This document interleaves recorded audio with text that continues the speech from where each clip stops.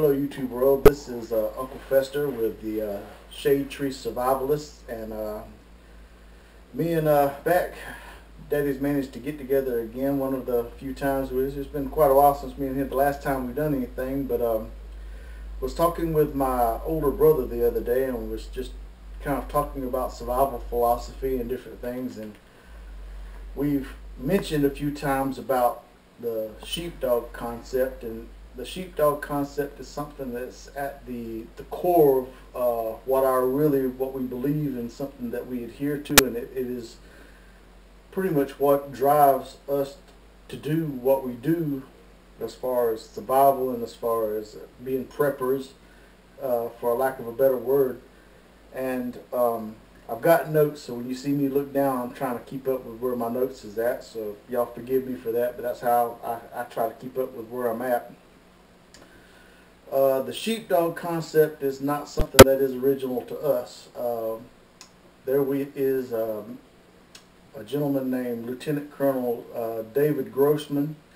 He wrote a book called On Killing, and in the book On Killing, he described the methods that was used over history to basically program men to be able to kill on the battlefield, and the methods that were used, and the psychological ramifications after the battle, and such things as that, and the psychology of human beings being able to kill. It sounds like a rough book, but I would say that anyone that owns a firearm and plans to use a firearm for self-defense ought to go to the library, pick up On Killing, and read it, because it has a lot of different things, and hopefully I hope one day to sit down and be able to do a series on that particular book.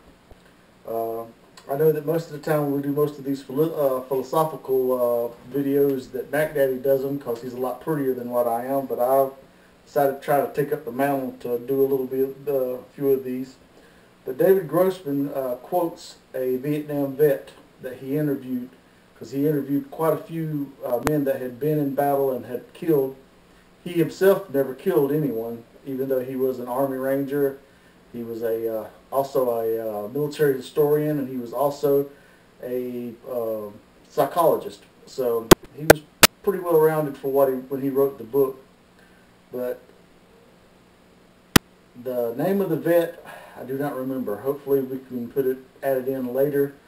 And for that, I'm sorry. But this particular vet came up with the sheepdog concept, and David Grossman took that man's concept and built upon a very simple premise that he put forth.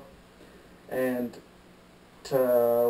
what I'm doing tonight is that I want to add a couple of add on or add to, just even as Grossman did, a little bit more to that concept that me and my Mac Daddy and myself have come up with and put together. It's a little add-on to what Grossman did with the vet's concept. And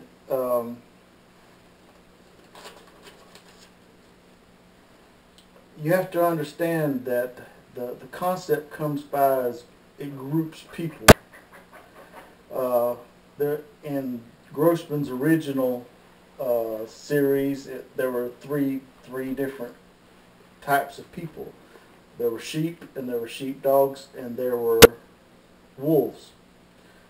To this particular groups of people, what I would like to add to that is shepherds and hired hands. And to understand what he was talking about in this is that I think I would like to begin with the group of people that are shepherds. I happen to be Christian. Most of my beliefs are Judeo-Christian, and I have no problem putting that out there. I know nowadays they try to make you ashamed for being Judeo-Christian, but you know, to each their own. If you disagree with that, or you have a problem with that, you know, I'm sorry. But I believe what I believe.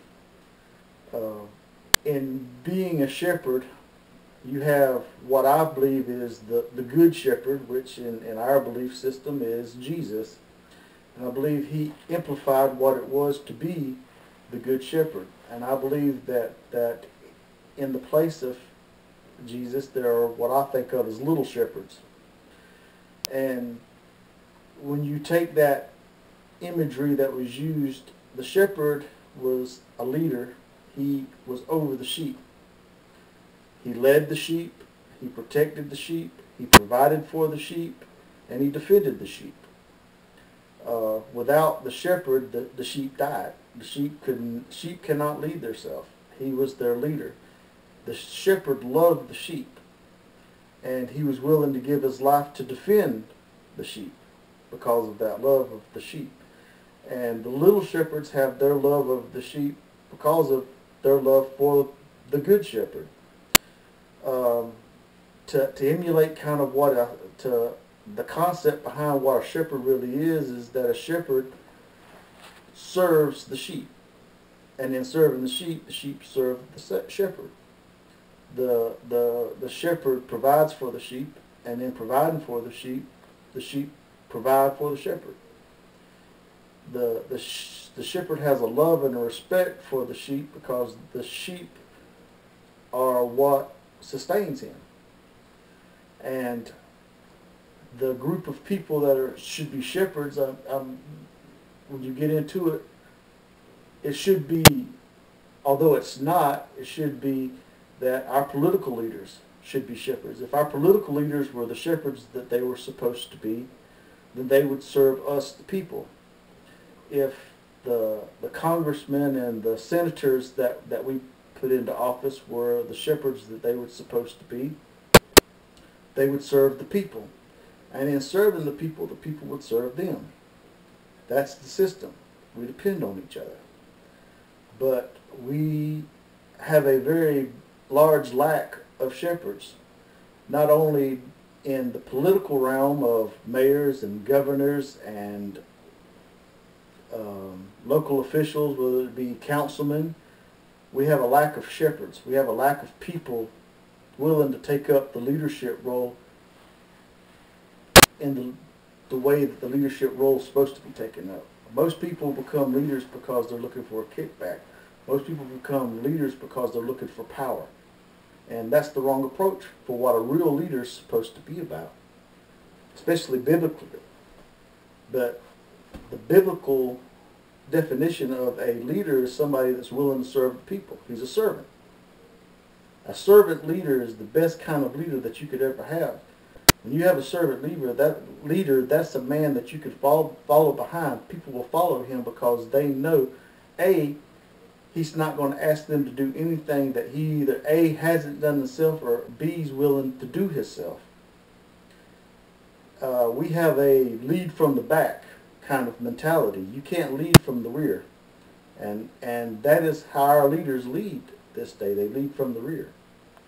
Our shepherds are not real shepherds. The second class of people that I've added to the sheepdog concept are what I think of as hired hands. Hired hands are men that the shepherd who owns the sheep, once he gets a certain amount of sheep, he can't maintain all of the sheep by himself. So he hires on men. Now, those men will, as hired hands, will go out and feed the sheep. Those hired hands will go out and lead the sheep. But when the wolves come, you can look for a hired hand to head for the hills, because a hired hand is there for a paycheck. He's there for making money. That's a living. It's nothing but a living. He has no real love for the sheep, and most of the time has probably no real love for the shepherd other than when it's payday and he's got his hand out and he gets his pay. He's there for a paycheck. Now, most of what we have in this country, even by definition as a republic, we hire hired hands. And in being hired hands, they go into the system, whether it be from the president to the senators to the congressmen to the governors to the mayors, all the way down to our job leaders and our industry leaders. They go in with the idea of, I'm here to make money. When you go into the system with paycheck first, then you don't love the sheep, and the sheep suffer. Because if they can make a buck off the sheep, they do. Now, a good hired servant goes in and he does his best on the job, and he goes in and he takes care of the sheep the best he can, because as long as he takes care of the sheep, he's got a job. The shepherd will keep paying him. But that's just the good. Even the best hired hand, he's there for a paycheck. Now, bad hired hands that go in, they're there just to draw. When it gets down to where they're just thinking about the paycheck, a lot of times the sheep suffer because they might skimp on going out there feeding the sheep, or they might skimp on having to if there's an easier way to get around things, they might not always have the interest of the sheep at the front of their mind. And because of that, a lot of times the sheep suffer. When you have hired hands in the positions that should be held by shepherds, you have problems. I believe that within the American church, as I speak at this time, in June of 2012, that there are a lot of hired hands standing in the pulpit of the American church where shepherds ought to be standing.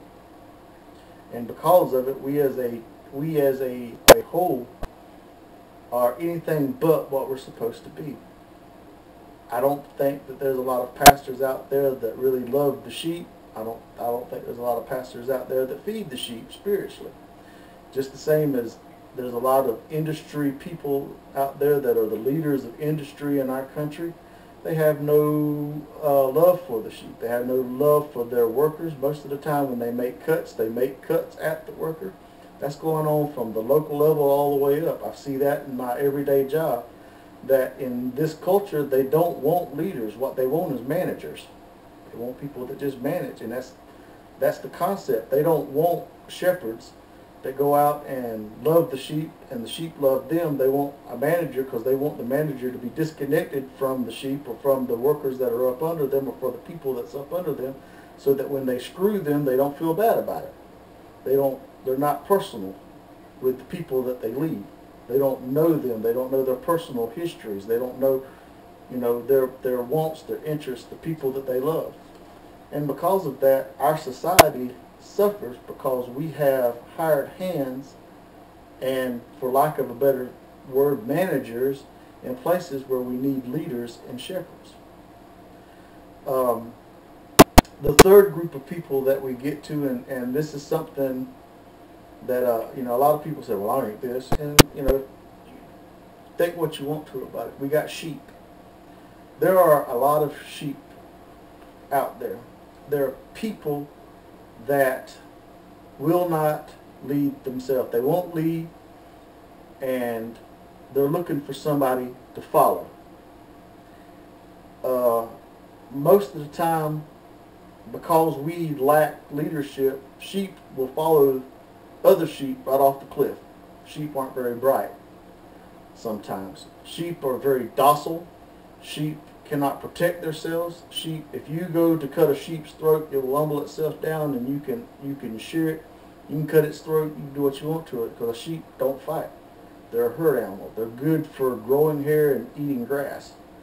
They're profitable, but at the same time, without leadership, without protection, they're out for any kind of robber or wolf out there that wants to get them. They're very easy prey. In our society, there are a lot of people that, even worse than having hired hands in positions, there are positions that are out there that are being manned by sheep. And that's the worst of all situations, in my opinion, because sheep don't have a clue what's going on most of the time. They feel like they have a clue what's going on, but really in the true and the honesty about it, they're following the crowd.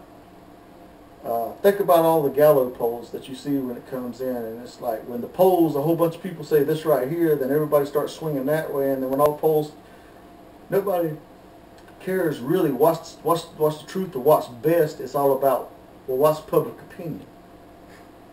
It's all about opinion polls. It's all about, well, what is the largest constituents out there what do they think about this situation? Well, what they think might not be what's best. They might not be having an informed decision.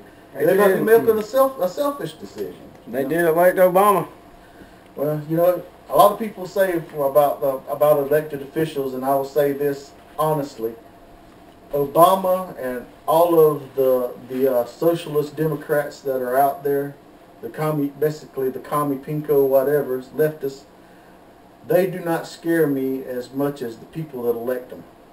The people that elect people in, that these crazy folks that they're electing in, those are the people that scare me, because that's sheep decisions. You know what I mean?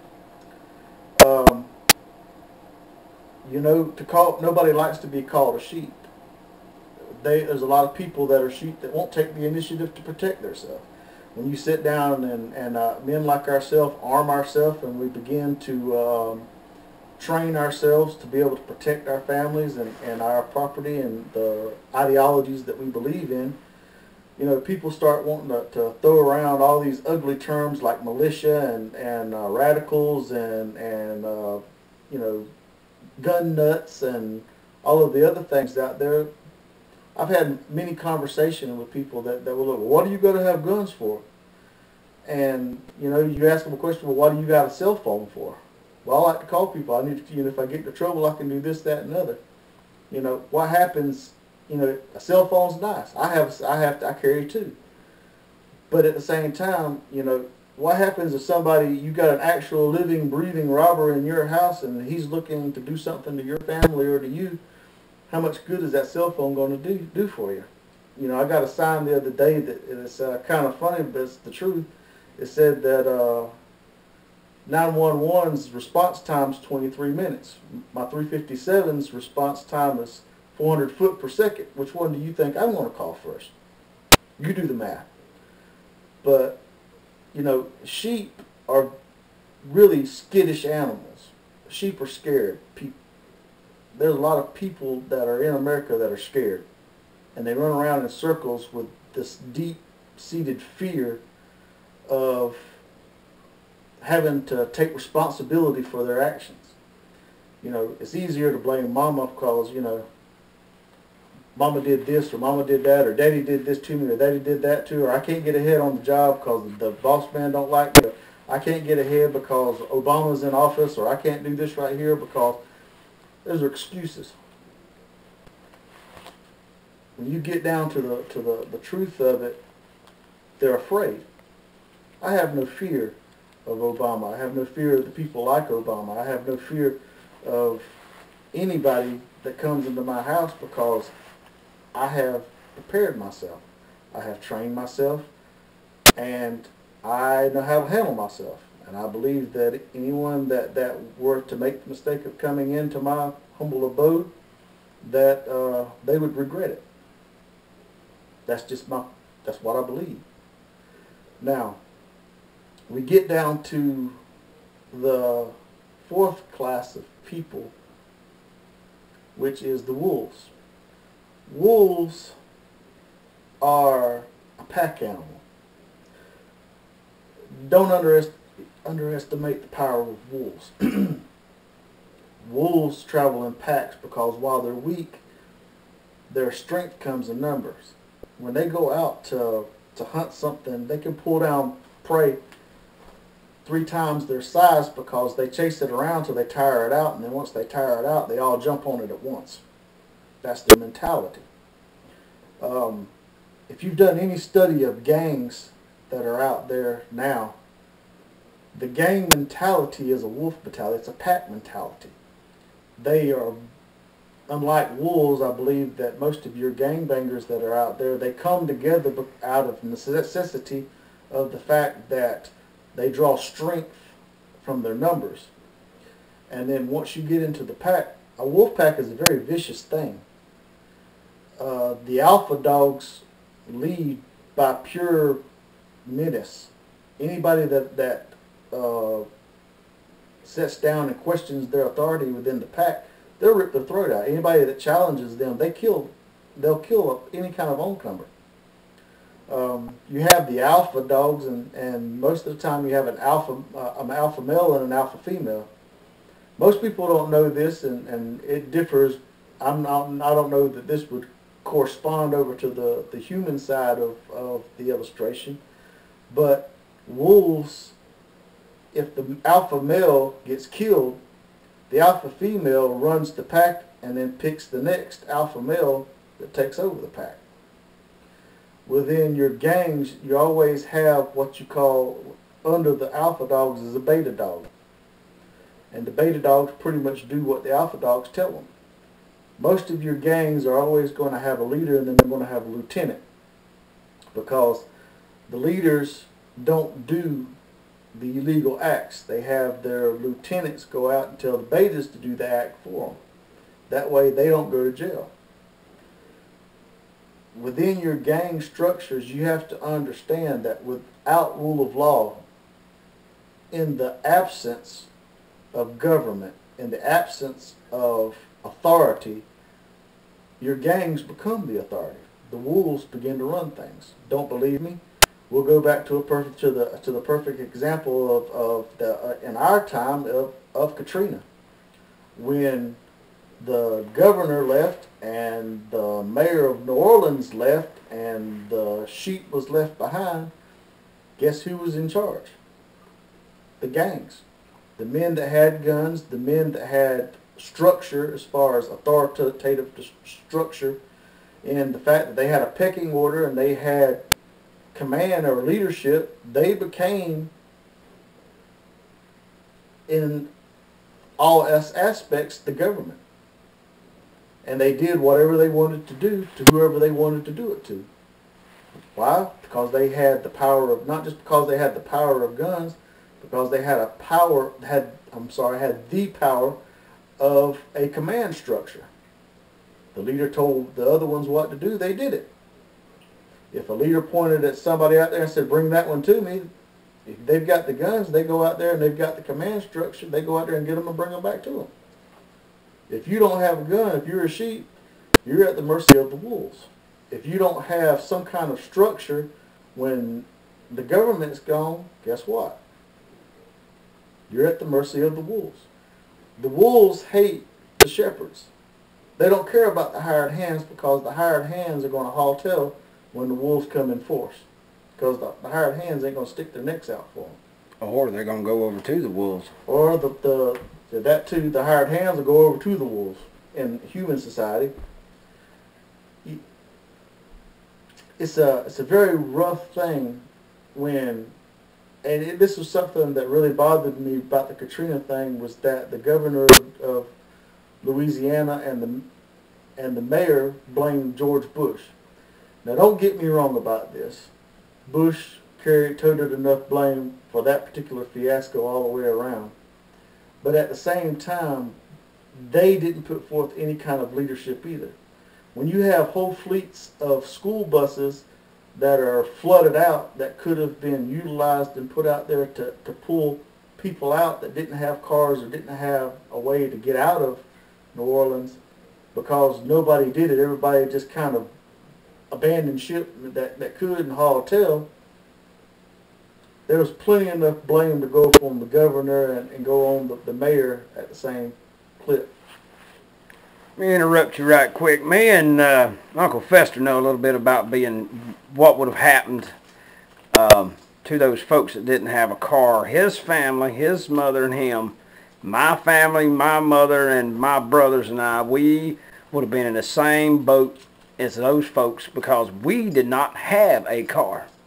We would have been stuck in the middle of that situation, and we would have been surrounded by all this meanness and hateful and starving and flooded out on top of our roofs, because we didn't have a way of getting out.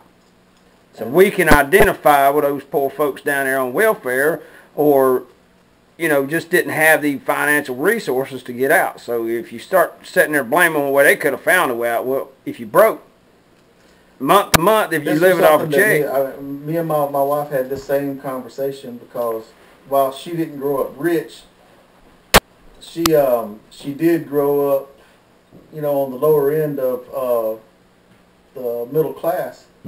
And the truth is, if you don't have a car, and you don't have the means to get a car, and you don't have family or friends that's in all your family and your friends in the same boat with you, you know, who you gonna jump in the car with? You know, it goes back to the fact that the wolves love sheep because sheep are easy prey. They don't have to work to get the sheep. There's no threat to them in killing sheep and preying upon sheep. When they go in to take out the sheep, they know that the sheep's not going to fight back with them. And that's one of the things, but it's not just gangs. I mean, that you've got even worse than having sheep in places where you ought to have shepherds is having wolves in those places. There's a lot of wolves that are sitting in leadership positions that shepherds should be sitting in, and they prey upon the people. I believe that's from Wall Street to churches to local government to federal government to state government. There are a lot of wolves in those places that's preying upon the sheep and getting fat off of it.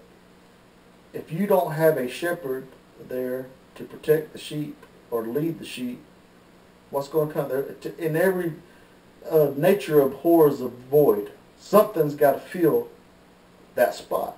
If those shepherds are not there, you're either going to have hired hands, you're going to have sheep, or you're going to have wolves in those positions. Which brings us to what the concept is named for, which is sheepdogs. Now, a sheepdog is a lot like a wolf. They're both canines. They're both got fangs. They both got 4 paws and fur. They look a lot alike. To the untrained eye, you might not even be able to tell the difference, really, between a wolf and a sheepdog, because they're very similar in their concepts. Here's the difference, though. The wolf serves its belly. The wolf serves what it can get, easy. The sheepdog serves the shepherd. The sheepdog might not necessarily love the sheep. I don't know enough about canines to know whether they have the ability to love or not. But I do know that the sheepdogs do love the shepherd, or they respect the authority of the shepherd. If they don't love him, they serve the shepherd.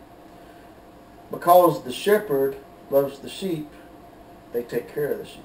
Because the shepherd's willing to die for those sheep, the sheepdog is willing to die for those sheep. That sheepdog's willing to lead the sheep. And the sheepdog has the ability to sit down and protect the sheep, to lead the sheep, to watch over the sheep.